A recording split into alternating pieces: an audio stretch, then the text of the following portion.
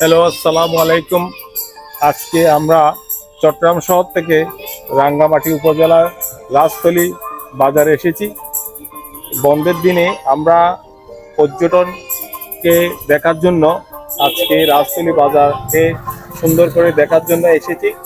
আমাদের সাথে আজকে আছেন আমার বন্ধু অ্যাডভোকেট লেলিন এবং ভাই ইমরান। আমরা এই যে রাজতলী বাজারকে পর্যবেক্ষণ করেছি, দেখেছি, আমাদের কাছে সুন্দর লেগেছে। গ্রামীণ একটা বাজার এবং এখানে পাহাড়ি এবং বাঙালি সুন্দরভাবে মিলেমিশে আছে। আমাদেরকে সুন্দর লাগছে। লেলিন, তোমার কেমন লাগছে? আচ্ছা, সকালবেলা আজকে ভোরে বের হয়েছি 6টার দিকে। তো 6টার দিকে বের হয়ে আসলে আমাদের কালকে প্ল্যান ছিল যে আজকে এই কর্ণফুলী চন্দ্রকোনা নদীটা দেখব সকালবেলায়।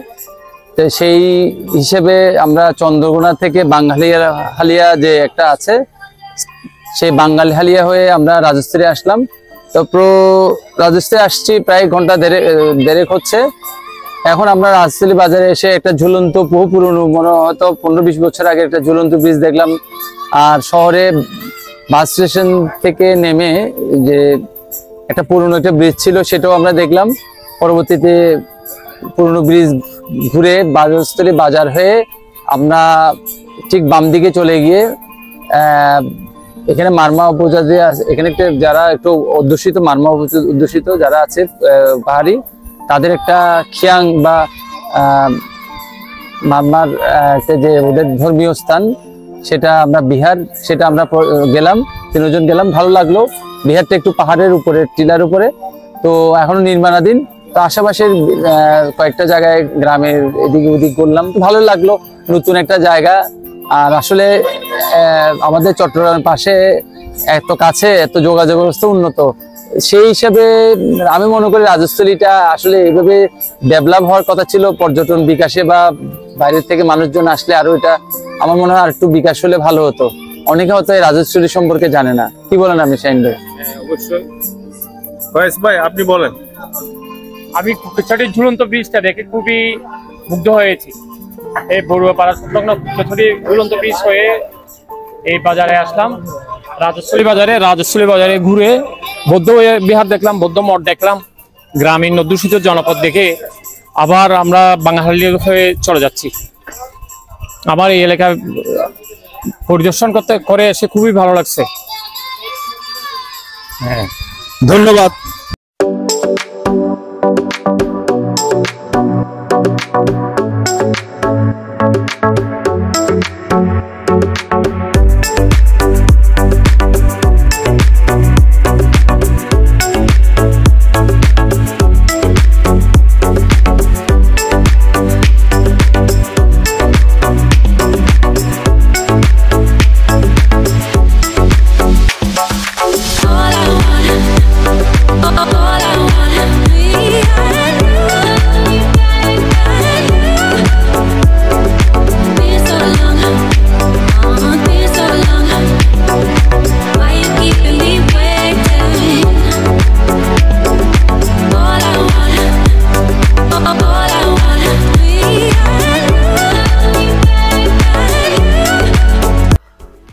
হ্যালো, আসসালামু আলাইকুম রহমতুল্লাহি ওয়া বারাকাতুহু।